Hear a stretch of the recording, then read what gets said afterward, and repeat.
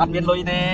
ហើយចម្លើយនេះមិនមែនជាចម្លើយត្រឹមត្រូវទេអញ្ចឹងសល់តែ3ចម្លើយទេគេនៅបានបន្តទៀតបាទសុវណ្ណតារាអត់មានលុយសោមវណ្ណសុកនី44លានវិរៈតារា156លានរថយន្ត Mazda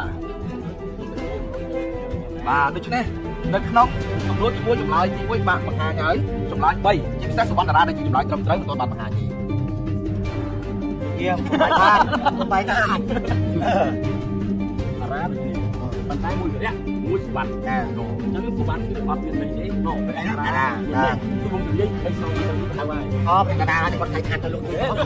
អត់ណាក្នុងហ្នឹងណាតារាដូច្នេះថាតើអ្នកទាំងពីរអាចបន្តទៅសំណួរទី2ឬក៏យ៉ាងណាសូមទៀងទាត់ចម្លើយជាបន្ត